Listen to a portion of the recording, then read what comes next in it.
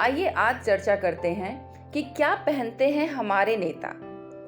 आपने कभी ध्यान दिया है कि हमारे देश के नेता लोग हमेशा सफेद पोशाक ही क्यों पहनते हैं? नेता चाहे कश्मीर का हो या केरल का, आसाम का हो या गुजरात का, सफेद कुर्ता पैजामा या कुर्ता धोती में ही आपको दिखाई देते हैं।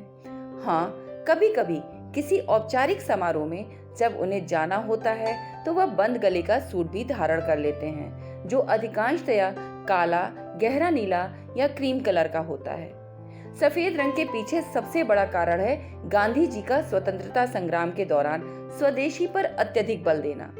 उन्होंने राष्ट्र के लोगों को एक आह्वान किया था कि चरखे से बने स्वदेशी कपड़े ही पहने और विदेशी कपड़ों की होली जलाएं। स्वदेशी कपड़े उन दिनों अधिकांशतया सफेद रंग के ही मिलते थे, इसलिए अधिक नेताओं ने सफेद रंग का कपड़ा पहनना शुरू कर दिया।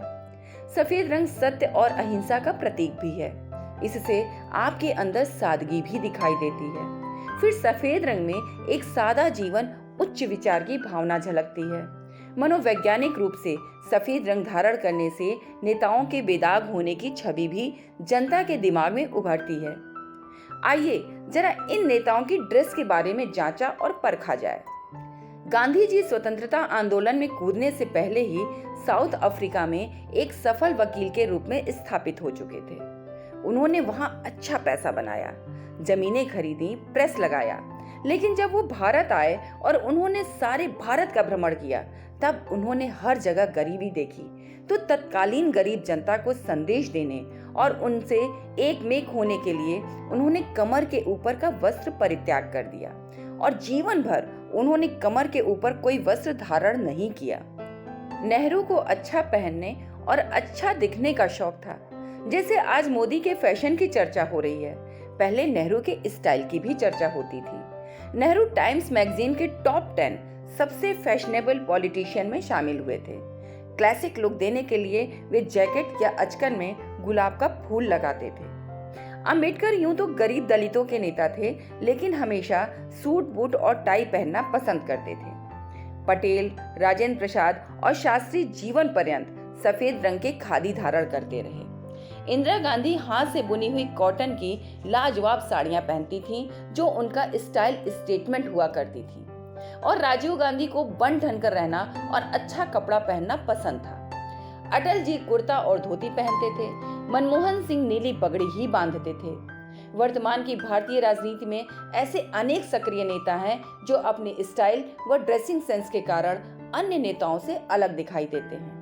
इनमें से प्रमुख हैं अनुराग ठाकुर, ज्योतिरादित्य सिंधिया, शशि थरूर, उमर अब्दुल्ला, वसुंधरा राजे, स्मृति ईरानी, डिंपल यादव, नुसरत जहां, नवनीत राणा, दिव्या स्पंदा, अलका लांबा, अंगूर लता डेका आदि।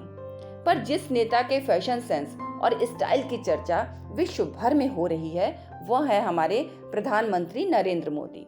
वर्तमान प्रधानमंत्री मोदी ने फैशन और सजा संवरा रहने में सारे पूर्ववर्ती और वर्तमान नेताओं को पीछे छोड़ दिया है। अनेक बार उनको दिन भर में 4-4 बार ड्रेस बदलते हुए देखा गया है। इसी कारण उनके आलोचक उन्हें परिधान प्रधानमंत्री भी कहते हैं। उन्होंने एक बार सोने के तारों से उनका नाम अंकित किया हुआ बंद गले का सूट पहन लिया था, जिसकी बहुत आलोचना हुई। तब उन्होंने उस सूट की सार्वजनिक नीलामी कराकर उसके धन को दान कर दिया था। वह शुरू से ही अहमदाबाद की कंपनी जेड ब्लू के बनाए हुए कपड़े पहनते हैं, लेकिन मोदी स्वयं अपने सूट का colour, fabric, style, design select करते हैं। इसी कारण मोदी जी का ड्रेसिंग सेंस विश्व प्रसिद्ध हो गया है। जिस तरह से अपने कपड़ों को वो कैरी करते हैं, उससे वे आकर्षक का केंद्र बन जाते हैं और जचते भी हैं।